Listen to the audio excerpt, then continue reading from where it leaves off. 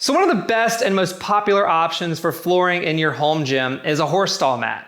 So popular that with the growth of home gyms, they may actually be outselling their design purpose. These mats are affordable, they're thick, they're heavy, and they do a really good job of protecting your foundation as well as your gym equipment. There are, however, a few things that you should keep in mind in order to maximize your horse stall mat floor in terms of aesthetic, function, and smell.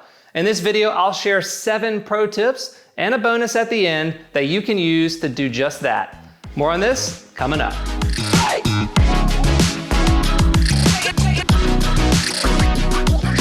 Hey, what's up friends? I'm glad you're here because today is yet another perfect day to talk about gym equipment. Hey guys, my name is Adam with Garage Gym Lab, and if you're new here, this channel is all about testing and reviewing gym equipment, building the home gym community, and providing inspiration to anybody out there who's looking to build their dream gym. So if that's something you're into, I definitely encourage you to subscribe. That way you can stay up to date with all the weekly content. When it comes to owning a home gym, or really any gym for that matter, flooring is one of the most important factors that you have to consider. Even if you're not doing heavy deadlifts or dropping bars from overhead, it's going to help distribute that force across your foundation, which of course is going to help protect it. It's going to provide a safer surface for your gym equipment, and it's going to feel better physically through your joints, etc.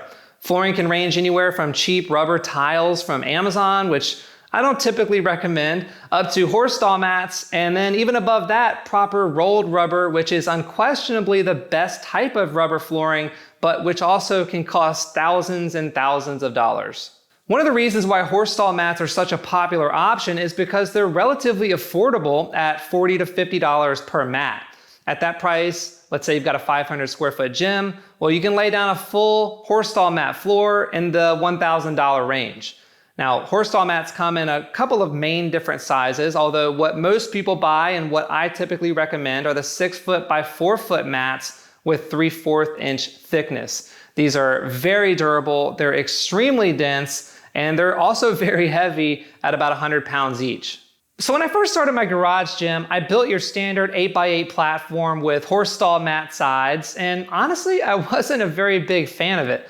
Not only in terms of its general size, but also in terms of the horse stall mats that I picked for it. More on that in a second. I later decided to upgrade my rack to something that didn't need to be bolted to anything, so I ditched that platform, and when I did that, I elected to buy 20 horse stall mats and cover my entire floor from end to end. When I got done with that, I was honestly pretty blown away by the results. It, in my eyes, was the best looking horse stall mat floor that I had ever seen, and I received a lot of questions from people asking what the flooring even was because it almost looked seamless. Now, when I moved to this house and restarted my garage gym, I went a different flooring route, as you can see, but with my horse stall mat experience, I've come up with these tips that I'm confident if you use, you'll take your horse stall mat flooring game up a few notches as well. So kicking off with number 1, my top recommendation is for you to do anything that you can to find a smooth top stall mat. Typically stall mats come in one of 2 profiles. You've got your smooth top and then you've got your diamond pattern, which is what you see here. I actually just went out to Tractor Supply this morning to pick this up. Unfortunately, all they had was diamond patterns, but as I thought more about it, it's actually a good thing because I can demonstrate it a little bit better here in this video.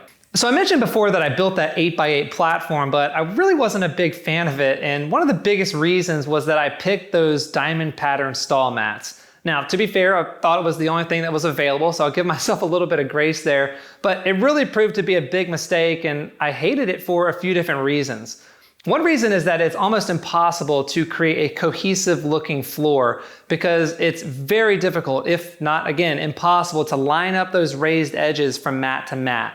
So you're going to get a very choppy looking floor. The second thing was that it was very awkward on any movement from the floor, like a deadlift. It reminded me a lot of those dreaded hex plates that you find in the commercial gym where you're constantly having to adjust your bar path because every time you hit the ground, it awkwardly slides in a different direction. Thirdly, it just felt a little bit weird underneath your feet. You've got a combination of raised and flat portions of the rubber, and to that further, it also may affect the level of some of your gym equipment. Now, when it was time for me to upgrade my flooring and I decided to go smooth top stall mats, I had to call around to basically every Tractor Supply in my region, and I ended up having to drive 2.5 hours into a different state in order to find them, but the difference was huge. It was much more functional and it was much more aesthetic. Tip number 2 is to try to buy all of your mats at the same time from the same company. Tractor Supply Company is the most common store that you can find these at, although there are other feed and tack stores that you can look into, as well as some fitness companies that may be proximate to you that sell them as well. This is purely an aesthetic tip, but you greatly increase the chances of your flooring looking more seamless and cohesive if you buy them all at the same store at the same time, because odds are they were generated and produced in the same lot. For example, when I went full coverage, I bought 17 of my 20 from one store, and I had to drive to another store to get the remaining 3. And you could definitely tell a difference when I laid them all out. Thankfully, I had a small deadlift platform that I built to kind of hid the 3 outliers so you didn't really see the imperfections, whereas the other 17 blended almost perfectly together. Tip number 3, if it's at all possible, try to buy your mats during cold weather months. Typically, these mats are sitting outside in a lot at Tractor Supply or elsewhere, and they're very susceptible to conditions. Think of them sort of like living beings. When it's cold outside, like some of us men can relate to, they tend to shrink up a little bit. And when it's hot outside, especially when you introduce some humidity into the equation, they tend to swell and expand. If only it were that easy. It'd be like 80 degrees in my house.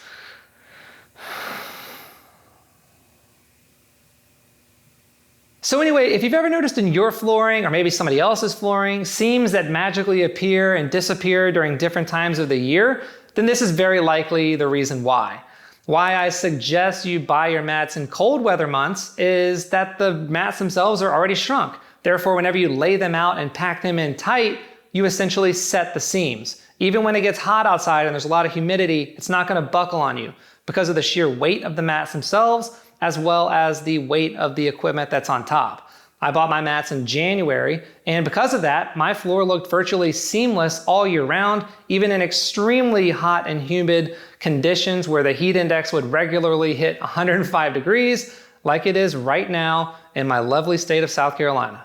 Tip number 4, trim your mats and change your blades often. I recommend changing your blades out every 2, maybe 3 mats because it's gonna dull very quickly, and a dull blade is enemy number 1 when it comes time to cutting through these bad boys. Don't use a jigsaw or anything like that. A sharp utility knife is the best way to cut through a horse stall mat. When it is time to cut, don't try to saw through it. This is harder, it takes more energy, and it's just gonna take longer. Instead, start at the top and score it until you break through. When that happens, return to the top, score some more until you have enough cut that you can create some separation. At this point, a sharp blade is going to cut through that mat like butter, and you'll have your mats trimmed and laid out in no time. Tip number 5, prevent movement or seams with tape or mending plates. If you find you have some seams, either because of temperature or because your mats aren't wall-to-wall tight, then a very popular and effective way to combat that is by taping them from the top. The best product to use for that is black Gorilla Tape. I'll put a link in the description down below. Functionally, it works perfectly. Aesthetically, it blends in okay. I don't really care for the look very much personally, but it is a great option nonetheless. If you're like me and you don't really care for the look, then you can try what Alan Thrall introduced a couple years ago, which was a great idea, and it's actually putting mending plates underneath your mats when you install them. These basically bridge the mats together, they keep them very tight, and they're thin enough to where you don't feel anything weird underneath you. Tip number 6, let your stall mats off gas or use an odor eliminator. The biggest downside to a horse stall mat is that they can emit a very intense rubber smell. Some people find this to be totally overwhelming, and while that smell does tend to dissipate some over time, there's a couple steps that you can take to help speed that process up or otherwise improve it. One way is to just take them outside, let them sit out in the sun. Okay, don't stack them, just lay them out, let them individually off gas and get some vitamin D. Depending on how many mats you bought and how much space you actually have outside to allocate to something like this, it may be a bit challenging and results can vary depending on how long you actually let them sit outside. It really is recommended that you do so for about 2 to 3 days, although that's not really practical for a lot of people. So the other option is to use an odor eliminator or a deodorizer like Audubon.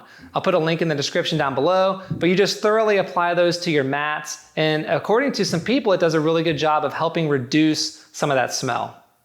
Tip number 7, clean your stall mats with Simple Green or a dedicated rubber cleaner. I tried a bunch of different products when it came to cleaning my stall mats, and I always came back to Simple Green because it was effective and it was affordable.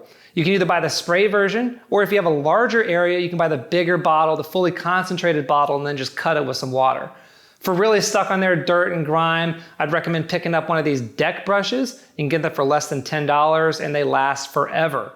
Prior to doing any of that, however, I would definitely recommend you removing all of the loose particles off of your stall mats, either with a leaf blower or a shop vac. And I would definitely recommend a leaf blower to any garage gym owner. It's a very underrated tool to keeping your garage gym nice and clean. Here's a bonus tip. If you're moving a bunch of stall mats, get yourself some stall mat grippers. I'll put a link in the description down below. I did not do this when I bought 20 of them, and my grip and my forearms were feeling it for days afterwards. Stall mats are heavy and they're very awkward to move around. These make your life a lot easier, especially if you're moving them by yourself.